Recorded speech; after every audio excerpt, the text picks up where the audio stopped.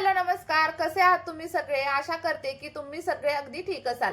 आज मी पुन्हा एकदा तुमच्या सगळ्यांसाठी हेअर केअर रेमेडी घेऊन आलेली आहे, ज्यामुळे तुमची केस गळती कायमची बंद होईल आणि त्यासोबतच केस खूप जास्त लांब, काळे, दाट आणि मजबूत होण्यासाठी मदत होईल। आणि जर तुमचे केस खांद्यापर्यंत लांब असतील तर अगदी 1 ते 2 महिन्यांमध्ये तेच केस कमरेपर्यंत लांब होण्यासाठी तुम्हाला हेल्प होणार आहे। आणि व्हिडिओमध्ये तुम्ही पाहू शकता माझे केस किती जास्त सिल्की, स्मूथ आणि शायनी आहेत। माझ्या केसांमध्ये कसल्याही प्रकारचा ड्रायनेस नाहीये किंवा मग फ्रिझीनेस देखील अजिबात नाहीये। आणि जर तुम्हाला देखील माझ्यासारखेच केस हवे असतील तर आज मी सांगितलेली रेमेडी तुम्हाला एकदा तरी नक्कीच ट्राय करावी लागेल। आणि व्हिडिओमध्ये मी तुम्हाला खोटं वगैरे अजिबात सांगणार नाहीये, तुम्ही फक्त एकदा ही रेमेडी वापरून बघा आणि त्यानंतर तुम्हाला जे काही रिझल्ट भेटतील ते कमेंटमध्ये शेअर करायला अजिबात विसरू नका। सोबतच आपला हा व्हिडिओ तुम्ही कोणत्या गावामधून किंवा मग कोणत्या शहरामधून पाहताय हे देखील कमेंटमध्ये नक्की सांगा। तर बघा, रेमेडी बनवण्यासाठी इथे मी एक भांड घेतलेलं आहे। तुमच्याकडे जे कोणतं भांड असेल ते भांड तुम्ही इथं घेऊ शकता आणि याच्यामध्ये आपल्याला साधारणतः 1 ग्लास एवढं पाणी ऍड करायचं आहे। लक्षात ठेवा, तुम्हाला इथं फिल्टरच्या पाण्याचा किंवा मग पिण्यासाठी तुम्ही जे पाणी वापरत असाल ना त्या पाण्याचाच वापर करायचा आहे। बोरिंगच्या पाण्याचा किंवा मग खाऱ्या पाण्याचा वापर आपली ही रेमेडी बनवण्यासाठी तुम्ही अजिबात करू नका। आणि त्यानंतर हे सगळं काही पाणी आपल्याला गॅसवरती ठेवायचं आहे आणि व्यवस्थित असं गरम करून घ्यायचं आहे। बघा, जोपर्यंत पाणी गरम होतंय तोपर्यंत आपण पाहूयात की चहापत्तीचे आपल्या केसांसाठी किती जास्त फायदे होत असतात। बघा, चहापत्तीमध्ये टॅनिन्स आणि कॅफीनचं प्रमाण भरपूर असतं, ज्यामुळे आपली हेअर फॉलिकल्स अगदी स्ट्रॉंग होण्यासाठी मदत होते। आणि त्यासोबतच चहापत्तीचं पाणी तुमच्या केसांची वाढ देखील झपाट्याने होण्यासाठी मदत करत असते।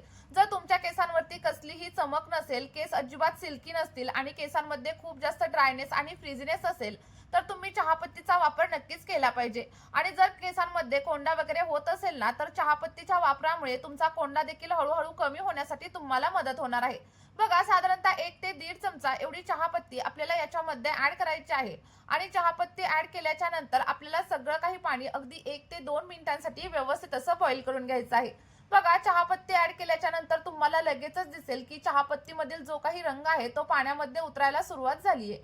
म्हणजेच काय होतं, चहापत्तीमध्ये जे काही टॅनिन्स असतात, कॅफिन्स असतात ते आपल्या पाण्यामध्ये उतरायला सुरुवात होते आणि त्यानंतर हे पाणी साधं वगैरे अजिबात राहत नाही, तर आपल्या केसांसाठी एक रामबाण असा उपाय तयार होत असतो।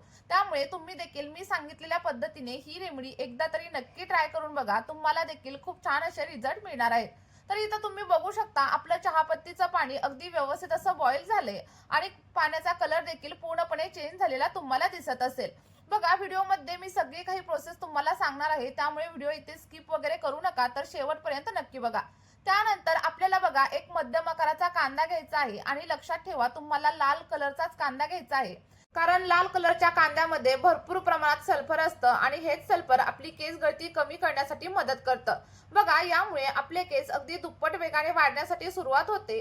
आणि जर तुम्ही फक्त कांद्याचा रस जरी रोज केसांवरती अप्लाय केला तरी देखील तुम्ही पाहाल की काही दिवसांमध्येच तुमच्या केसांची लांबी वाढायला सुरुवात होईल। आणि त्यासोबतच जर केस मधून वगैरे तुटत असतील ना तर ते देखील पूर्णपणे बंद होईल। बघा, साधारणतः एक मध्यम आकाराचा कांदा मी इथं छोट्या छोट्या पीसेस मध्ये व्यवस्थित कट करून घेतलाय। जर तुम्हाला कांद्याची साल वापरायची नसेल तर तुम्ही तसा देखील कांदा वापरू शकता, पण मी इथे कांद्याची साल देखील घेतलेली आहे, कारण कांद्यापेक्षा जास्त सल्फर हे कांद्याच्या सालीमध्ये असतं। बघा, एक कांदा मी चिरून घेतलाय आणि तो या पाण्यामध्ये ऍड केलेला आहे। आता कांदा ऍड केल्याच्या नंतर पुन्हा एकदा आपल्याला सगळं काही पाणी व्यवस्थित असं बॉईल करून घ्यायचं आहे। आणि जेव्हा आपण कांदा आणि चहापत्तीचं पाणी आपल्या केसांवरती अप्लाय करायला सुरुवात करतो तेव्हा आपले केस नैसर्गिक पद्धतीने चमकदार होण्यासाठी, सिल्की आणि स्मूथ होण्यासाठी मदत होत असते।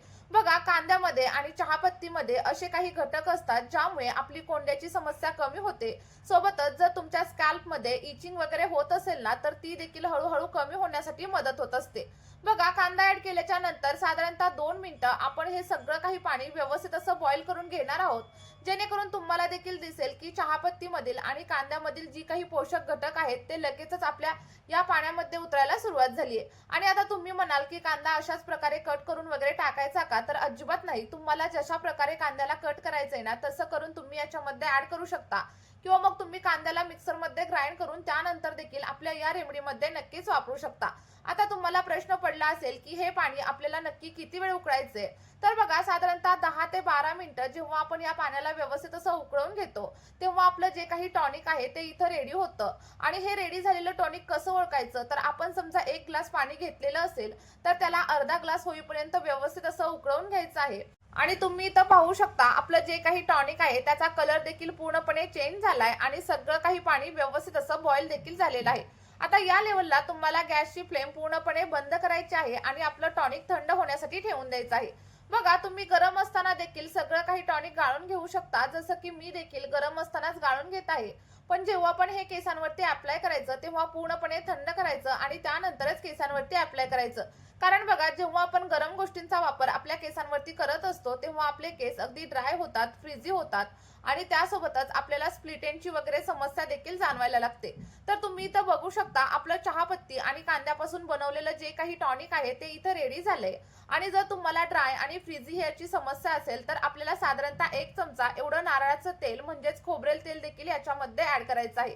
कारण तुम्हाला माहीतच असेल की जर सातत्याने आपण खोबरेल तेलाचा वापर आपल्या केसांवरती केला तर आपले केस नैसर्गिक पद्धतीने चमकदार दिसण्यासाठी हेल्प होते आणि सोबतच जर तुमचे केस अकाली पांढरे वगैरे होत असतील ना तर ते देखील कंट्रोलमध्ये राहण्यासाठी मदत होत असते। बघा 1 चमचा एवढं नारळाचं तेल ऍड केल्याच्या नंतर सिरम आपल्याला अगदी व्यवस्थित असं मिक्स करून घ्यायचंय आणि हे तयार झालेलं सिरम तुम्ही असं देखील तुमच्या केसांवरती नक्कीच अप्लाय करू शकता। आणि व्हिडिओमध्ये मी पुढे तुम्हाला सांगणार आहे की हे सिरम केसांवरती कशा प्रकारे अप्लाय करायचं, अप्लाय केल्यानंतर किती वेळ केसांवरती ठेवायचं आणि त्यानंतर कशा प्रकारे हेअर वॉश करायचा। त्यामुळे तुम्ही व्हिडिओ इथे स्किप वगैरे करू नका, तर शेवटपर्यंत नक्की बघा। कारण जर तुम्ही व्हिडिओ शेवटपर्यंत पाहिला तर तुम्हाला वापरण्याची योग्य पद्धत देखील समजणार आहे आणि त्यामुळे तुम्हाला तुमच्या केसांवरती खूप छान असे रिझल्ट देखील मिळणार आहेत। आता हे सिरम केसांवरती अप्लाय करताना आपल्याला सगळ्यात पहिल्यांदा एका स्प्रे बॉटलमध्ये ट्रान्सफर करायचे आणि त्यानंतर सगळ्यात पहिल्यांदा केसांच्या मुळांवरती अप्लाय करायचं आहे।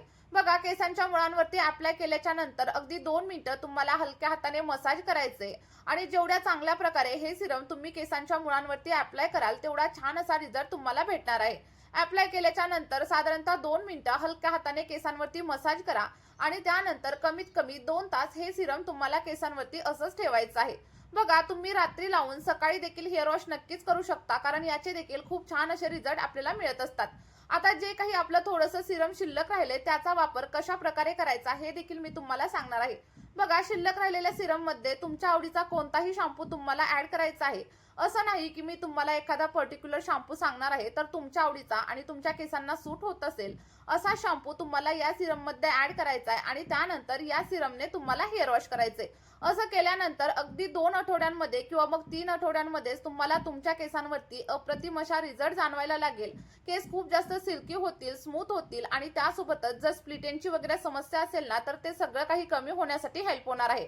त्यामुळे मी सांगितलेली ही रेमेडी तुम्ही 1 महिन्यासाठी कंटिन्यू ट्राय करून बघा आणि त्यानंतर तुम्हाला जे काही रिझल्ट भेटतील ते कमेंटमध्ये माझ्यासोबत शेअर करायला अजिबात विसरू नका।